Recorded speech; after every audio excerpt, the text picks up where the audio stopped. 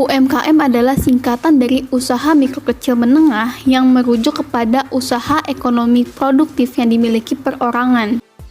UMKM dapat berarti bisnis yang dijalankan individu, rumah tangga, atau badan usaha ukuran kecil. Berdasarkan laporan ASEAN Investment Report, tercatat bahwa jumlah UMKM di Indonesia pada tahun 2021 mencapai sekitar 65,46 juta unit. Jumlah ini jauh lebih tinggi dibanding negara-negara tetangga, terlihat seperti pada grafik. Lalu, apa sih yang penting dari sejumlah pegiat-pegiat UMKM Indonesia pada negara sendiri? Meski popularitasnya bisa saja turun naik, brand lokal sanggup bertahan. Kemampuan bertahan inilah ciri khas dari jenis kelompok usaha kecil dan menengah. Ya, kamu mungkin sering mendengarnya, UMKM. Seperti kelompok bisnis lain, mereka juga acap diterjang krisis. Tapi, umumnya kelompok ini punya etos layaknya Spartan. Ketika macam-macam usaha terdampak, hebatnya beberapa UMKM mampu bertahan. Mereka menyiasati kebutuhan bahan baku impor dengan barang domestik. Roda usaha berputar, UMKM pun menyerap tenaga kerja. UMKM as an economic growth machine. Seperti pada video sebelumnya, salah satu karakteristik UMKM adalah kemampuan bertahannya yang seperti Spartan alias sangat kuat. Menteri Investasi atau Kepala BKPM Bahlil Lahadalia mengungkapkan apresiasinya kepada para pelaku UMKM yang telah berhasil menjaga benteng ekonomi Indonesia. Menurutnya, tidak hanya usaha besar saja yang dapat menguasai ekonomi Indonesia, tetapi itu juga merupakan hak bagi seluruh pelaku UMKM di Indonesia. Di Indonesia sendiri, UMKM banyak sekali memberikan kontribusi sangat bermanfaat bagi perekonomian. Antara lain, menyerap 97% tenaga kerja, menyumbang 60,3% terhadap produk domestik bruto atau PDB, serta berkontribusi 14,4% terhadap ekspor nasional. Nah, kita sudah mengetahui betapa pentingnya keberadaan UMKM bagi perekonomian negara kita. Dengan ini, usaha-usaha untuk membantu mengembangkan UMKM nasional seringkali dicanangkan oleh pemerintah, baik pemerintah pusat hingga pemerintah daerah. Salah satunya adalah program inisiasi pemerintah daerah Kotamadya Jakarta Timur untuk mengembangkan potensi pelaku UMKM di seluruh wilayah Jakarta Timur, yakni Gebyar UMKM 2022. Selanjutnya, kami kelompok peneliti dari Sosiologi UNJ yang telah melakukan pengamatan di program tersebut akan mendeskripsikan secara jelas mengenai acara Gebyar UMKM 2022 se-Jakarta Timur. Mengingat pentingnya UMKM, pemerintah Kota Jakarta Timur melaksanakan program Gebyar UMKM. Program Gebyar UMKM ini bertujuan untuk membantu dan mendorong para pelaku usaha mikro, kecil, dan menengah di Kota Jakarta Timur dalam mengembangkan usahanya. Program Gebyar UMKM ini dapat bermanfaat bagi para pelaku usaha UMKM dalam memasarkan produknya kepada masyarakat, serta dapat membantu terjadinya transaksi ekonomi yang menguntungkan pelaku usaha UMKM demi meningkatkan perekonomian masyarakat di Jakarta Timur. Yang pertama, yang pasti adalah mendorong para pengusaha kecil, menengah, terus koperasi untuk menumbuh kembangkan perekonomian khususnya di Jakarta Timur. Ya, jadi kita pasca COVID ini kan banyak banyak masyarakat kita yang kena PHK, terus kemudian secara ekonomi merosot. Nah, maka kita, ya utamanya pemerintah Kota Administrasi Jakarta Timur itu melaksanakan kegiatan Gebyar Jackpreneur atau Gebyar UMKM ini. Jadi pada intinya, pada prinsipnya adalah untuk meningkatkan perekonomian masyarakat di Kota Administrasi Jakarta Timur. Yang saya tahu bahwa mengadakan ini untuk meng-hire para UKM ya, supaya lebih luas lagi mempromosikan produk-produknya gitu. Biar memberikan wadah yang baiklah untuk para UKM. Kegiatan Gebyar UMKM 2022 ini dilaksanakan di area parkir Jakarta International Equestrian Park atau JIEP Pulau Mas dan berlangsung sejak 16 hingga 18 Desember 2022, mulai dari jam 8 pagi hingga jam 4 sore. Kegiatan ini diikuti oleh 260 pelaku UMKM dari 10 kecamatan di Jakarta Timur. Terdapat bermacam-macam jenis UMKM yang kami temui dalam kegiatan Gebyar UMKM ini, mulai dari usaha makanan, minuman, pakaian, hingga mainan anak. Dan dalam kegiatan ini, para pelaku UMKM tidak dikenakan biaya untuk bergabung. Dalam melaksanakan kegiatan UMKM ini, pemerintah Kota Jakarta Timur berkolaborasi dengan Institut Bisnis Nusantara atau IBN, Pulau Mas, dan PT Antam. Karena kegiatan ini merupakan kolaborasi dari Pemkot Jakarta Timur dengan pihak swasta, kegiatan ini berjalan tanpa menggunakan dana APBD. Yang terlibat adalah pemerintah Kota Administrasi Jakarta Timur. Terus kemudian suku dinas perindustrian dan usaha kecil menengah Koperasi Jakarta Timur. Terlibat ya, selaku kolaborator itu juga diikut sertakan untuk kegiatan ini. Jadi untuk dana ya memang saya secara terperinci tidak tahu persis ya, karena ini merupakan kerjasama antara pihak swasta dengan pemerintah Kota Administrasi Jakarta Timur. Jadi ini di luar anggaran APBD, di luar anggaran pendapatan belanja daerah Kota Administrasi Jakarta Timur. Stakeholder dalam program Gebyar UMKM ini terdiri dari pemerintah yaitu Dinas PPK UKM, pemerintah kota dan kecamatan-kecamatan di Jakarta Timur, PT Pulau Mas, PT Antam, Institut Bisnis Nusantara, dan Bank DKI. Sebagai salah satu stakeholder, pihak Pulau Mas Jayalan melihat adanya manfaat dengan ikut berkolaborasi dalam kegiatan ini. Dari kita ya, kalau dari kita cuma mau ngeliat aja, maksudnya orang datang ke sini kan juga pasti kan nggak hanya belanja, mungkin dia lihat salah satunya ini ya kan, ini kan ya, dia lihat oh ada apa sih di dalam ya kan, ternyata kan ada baru kan juga. Yang sekarang nih kalau misalnya Bapak Ibu lihat, ini kan kita lagi ada acara wedding juga, itu aja. Lalu di lantai 2 kita ada maksudnya ruang kecil yang bisa kita pakai buat meeting, ruang meeting. Untuk melaksanakan kegiatan ini, baik pemerintah maupun para kolaborator memiliki bagian atau tugas masing-masing. Mulai dari sosialisasi kepada warga, promosi, dan penyediaan lahan untuk pelaksanaan kegiatan Gebyar UMKM. Dari Pemprov ya undangannya. Jadi Pemprov udah punya datanya. Nah, nanti IBM bagian maksudnya kayak semacam kayak dia nge-brandingnya itu aja sih. Nah, kita cuma bagian sediain tempatnya aja, kawasannya. Kurang lebih kolaborasinya seperti itulah. Dalam mensosialisasikan program ini kepada warga Kota Administrasi Jakarta Timur, pemerintah kota menugaskan setiap kecamatan di Jakarta Timur untuk mengikut sertakan para anggota Jakpreneur sehingga dapat mengikuti program ini. Nah, kalau begitu, apa tanggapan dari pelaku usaha yang ikut juga dalam program Gebyar UMKM ini? Ya, saya Diva, salah satu mahasiswi Institut Bisnis Nusantara, Prodi Akuntansi. Saya punya tenan sendiri, punya brand sendiri. Usia saya 21. Dari dinas, kerjasamanya sama IBN, sama yang program Jakpreneur itu.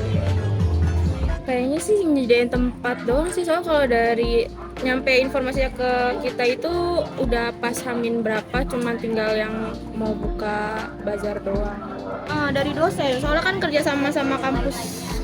Kalau banyak enggaknya sih tergantung sih, cuma kalau kemarin alhamdulillah banyak. Terus juga jadi kenal aja sama UMKM lain aja.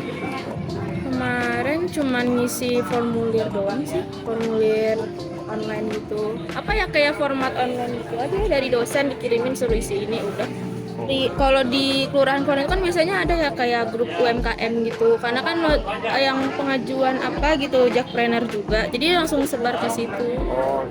Dari yang lain ada yang kayak ngeluh juga, kayak kemarin kan cuman aku satu, nggak semuanya menguntungkan sih. Nah itu Karena kan selera orang beda-beda. Kurang sosialisasi ke lingkungan sekitar aja sih, soalnya kan emang lingkungannya emang sepi kan, terus jauh dari pemukiman juga. Nah, masuk ke dalam dari halte ke sininya lumayan jauh kan. Karena mau branding aja sih. Dari program Gebyar UMKM yang telah dilaksanakan tentunya ada evaluasinya nih. Apa aja sih evaluasinya? Yang pertama, di sini kita bisa lihat dari segi lokasi yang diadakan di Pulau Mas, Jakarta Timur, tepatnya di Jakarta International Equestrian Park. Jakarta International Equestrian Park merupakan lokasi yang berada di perkomplekan elit dan bukan di jalan utama, sehingga tidak begitu banyak orang yang berlalu lalang untuk melihat event tersebut secara terbuka. Namun dalam segi kejangkauan, lokasi Gebyar UMKM sebenarnya cukup strategis karena dikelilingi oleh beberapa transportasi, yakni ada Transjakarta, kereta cepat LRT, dan Jaklingko, yang dimana terdapat stasiun dan halte terdekat. Ada stasiun LRT Equestrian, halte busway Pulau Mas, dan halte Jaklingko Equestrian. Yang kedua, terdapat waktu dari program tersebut. Program dari Gebyar UMKM dilaksanakan pada waktu 16 hingga 18 Desember 2022, dari jam 8 pagi hingga jam 4 sore. Waktu dari pelaksanaan program tersebut dapat dikatakan kurang efektif karena faktor cuaca di siang hari yang dapat mempengaruhi pengunjung. Jika program acara ini diadakan hingga malam seperti pada akhir pekan, biasanya orang-orang akan pergi pada waktu malam minggu. Hal tersebut akan lebih mendorong pengunjung untuk datang ke Gebyar UMKM karena jangka waktu yang lebih panjang. Lalu yang ketiga, dari segi keamanan, dapat kita lihat bahwa program Gebyar UMKM memfasilitasi sarana kesehatan dan kebersihan lokasi. Terdapat mobil ambulans yang disediakan jika terjadi keadaan darurat. Selain itu, keadaan lokasi tersebut juga bersih dan kondusif, sehingga untuk melihat tenda-tenda dari bazar UMKM terkesan rapi dan tertata.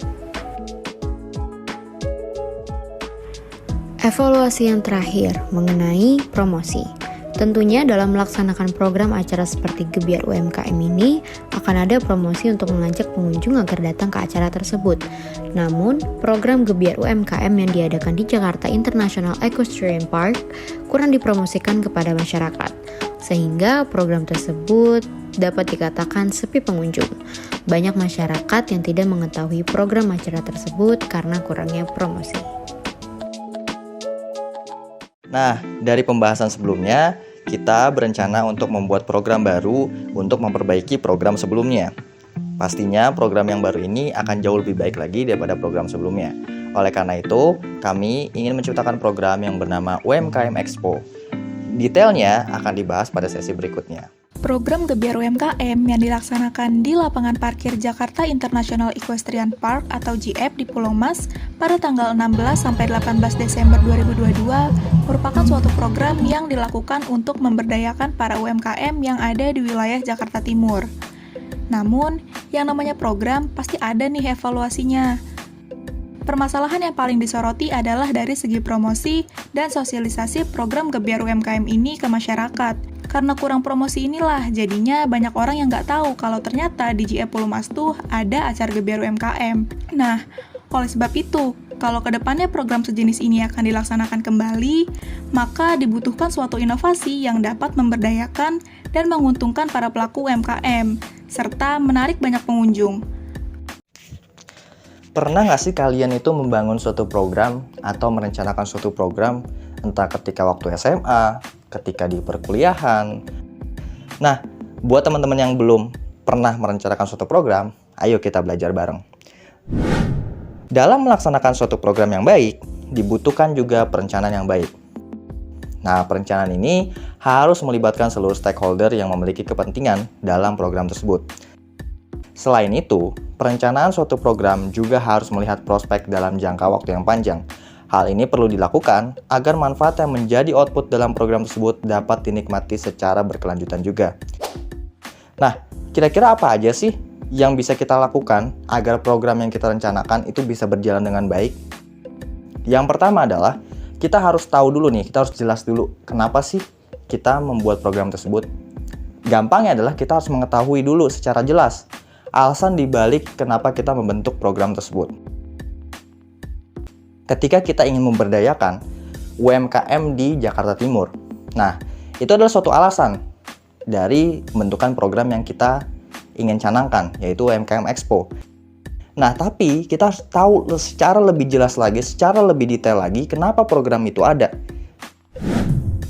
Ketika kita memberdayakan UMKM, secara tidak langsung, kita juga meningkatkan tingkat perekonomian yang ada di daerah tersebut. Nah, dengan adanya program ini, kita punya harapan nih, selain kita memberdayakan UMKM tersebut, kita juga ingin meningkatkan tingkat perekonomian dari masyarakat yang ada di Jakarta Timur. Nah, langkah berikutnya adalah kita harus tahu dulu nih, bagaimana agar alasan-alasan tersebut itu bisa direalisasikan. Nah, contohnya adalah gini, ketika di UMKM Expo, kita bisa, dalam UMKM Expo itu, kita melakukan partnership dengan perusahaan-perusahaan yang sekiranya bisa membantu program tersebut bisa berjalan dengan baik. Atau kita bisa melakukan undangan-undangan terhadap perusahaan-perusahaan agar bisa menjadi sponsor dalam program tersebut. Atau kita juga bisa melakukan pemberdayaan dengan cara seperti kita mengajarkan para UMKM tersebut bagaimana cara membuat BMC agar bisnis mereka itu bisa lebih terstrukturisasi dengan analisis-analisis bisnis yang jelas. Atau ketika kita ingin menjalankan program tersebut, kita bisa melakukan bisnis area analisis.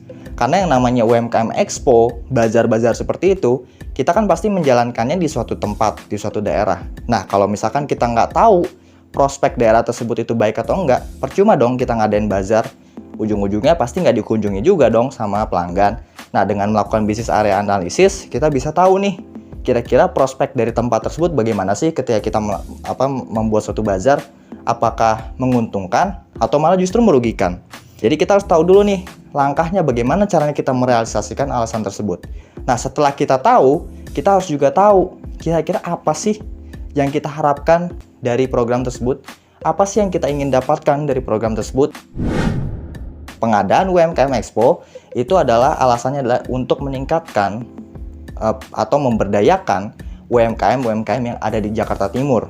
Nah, alasannya adalah untuk bisa meningkatkan tingkat perekonomian masyarakat yang ada di Jakarta Timur.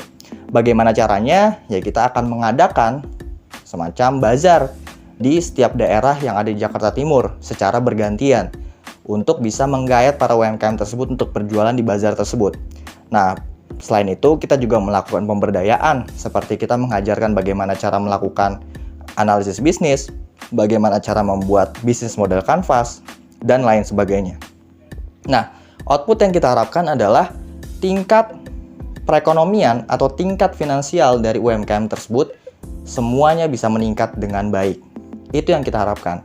Nah, itu adalah bentuk sinkronisasi dari why, how, dan what dalam suatu ide atau dalam suatu harapan dalam membuat suatu program. Nah, setelah kita melakukan perencanaan, tahap berikutnya adalah kita langsung eksekusi rencana tersebut. Nah, dalam tahap eksekusi itu terbagi menjadi 3, yaitu sebelum eksekusi pelaksanaan, ketika pelaksanaan itu sedang berlangsung, dan setelah pelaksanaan sudah selesai. Nah, sebelum eksekusi pelaksanaan, kita harus melewati beberapa tahap terlebih dahulu. Nah, dalam kasus UMKM Expo, kita yang pertama kali harus kita lakukan adalah kita membentuk tim inti dari program tersebut. Mulai dari siapa ketuanya, penanggung jawab setiap divisinya, tim finance-nya, dan lain sebagainya.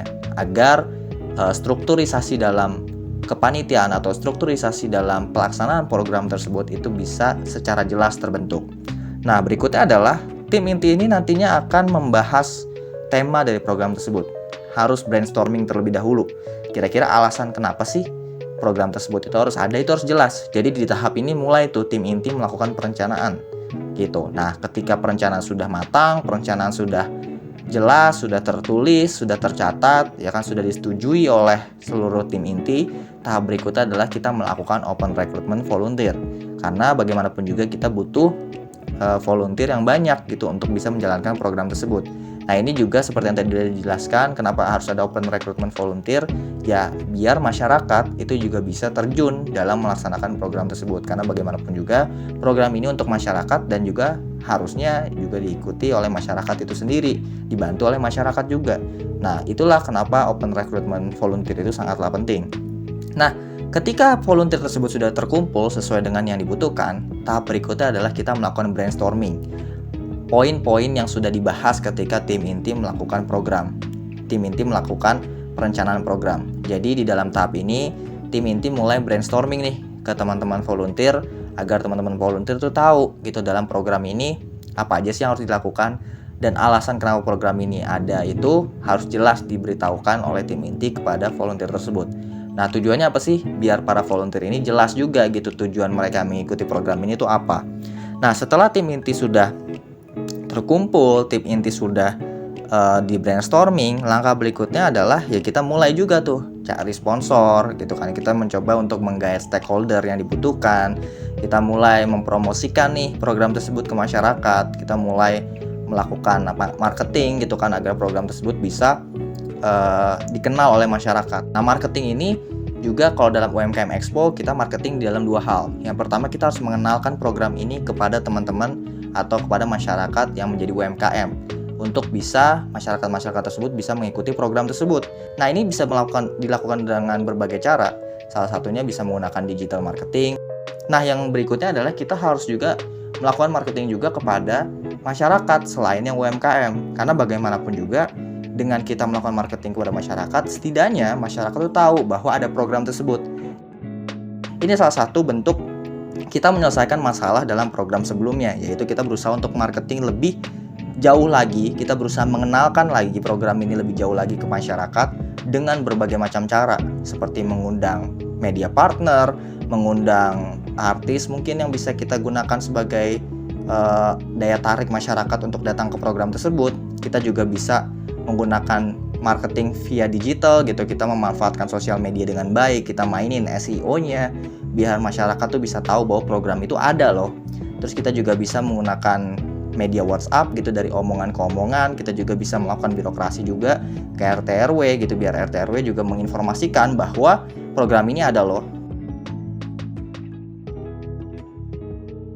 Kemudian, selama jalannya pelaksanaan acara UMKM Expo, promosi dan marketing program tersebut juga harus terus dilaksanakan. Jadi, promosinya bukan cuma dilakukan sebelum acara aja, melainkan juga saat berlangsungnya acara. Promosi dan marketing program bisa dilakukan dengan mengadakan live report di Instagram, Facebook, TikTok, dan YouTube dari akun pihak-pihak yang terkait. Misalnya, ngadain live report di akun sosial media Suku Dinas PPK UKM Jakarta Timur, akun Jakpreneur, dan akun sosial media dari partnership lainnya. Selain live report, jalannya program UMKM Expo juga dapat dimaksimalkan dengan membuka ruang bagi pengunjung untuk memeriahkan acara. Misalnya nih, membuka kesempatan bagi pengunjung yang bersuara bagus untuk ikut nyanyi di atas panggung. Hal kayak gitu kan biasanya bikin rame dan akhirnya bikin orang-orang datang karena penasaran. Yang tadinya mereka datang hanya karena penasaran, lama-kelamaan mereka pasti mulai lihat-lihat soal acara UMKM Expo dan ikut belanja di sana. Kemudian, penyelenggara juga harus mempersiapkan plan lain kalau misalnya turun hujan saat acara berlangsung. Dalam hal ini, penyelenggara bisa menyiapkan tenda atau tempat yang atapnya tertutup untuk pengunjung. Selain bisa buat neduh, pengunjung juga bisa makan atau berkumpul di sana. Jadi pada intinya, acara yang diselenggarakan ini bukan hanya mengedepankan kenyamanan pedagang, melainkan juga pengunjung agar semakin banyak orang yang tertarik untuk berkunjung ke acara tersebut. Setelah persiapan dan pelaksanaan, hal terpenting lainnya dalam sebuah program adalah evaluasi. Sebagaimana yang sudah disebutkan sebelumnya, bahwa yang namanya acara pasti selalu ada evaluasi. Sebab sesempurna apapun acaranya, pasti masih ada hal yang harus diperbaiki di kedepannya. Oleh sebab itu, setiap selesainya acara UMKM Expo ini, penyelenggara bisa langsung mengadakan evaluasi agar kesalahan yang terjadi dapat segera diperbaiki, sehingga kesalahan tersebut tidak terulang kembali di acara berikutnya.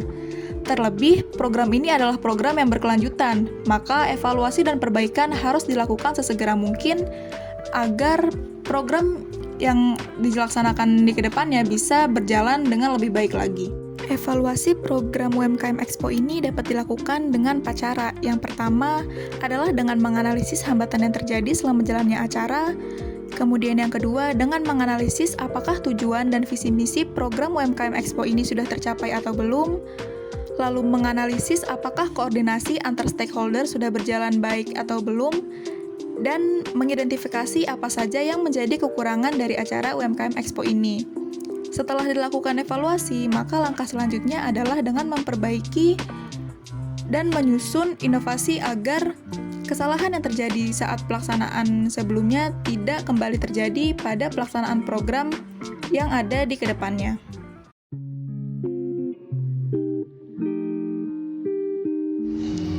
Ya, saya memiliki harapan bahwa UMKM khususnya di Kecamatan Matraman ya, itu bisa lebih maju, bisa lebih mandiri, kemudian juga bisa lebih berkembang tentunya, dan kepada para pelaku UMKM yang tergabung di dalam Jackpreneur terus berjuang, terus berusaha, kemudian juga jangan putus asa.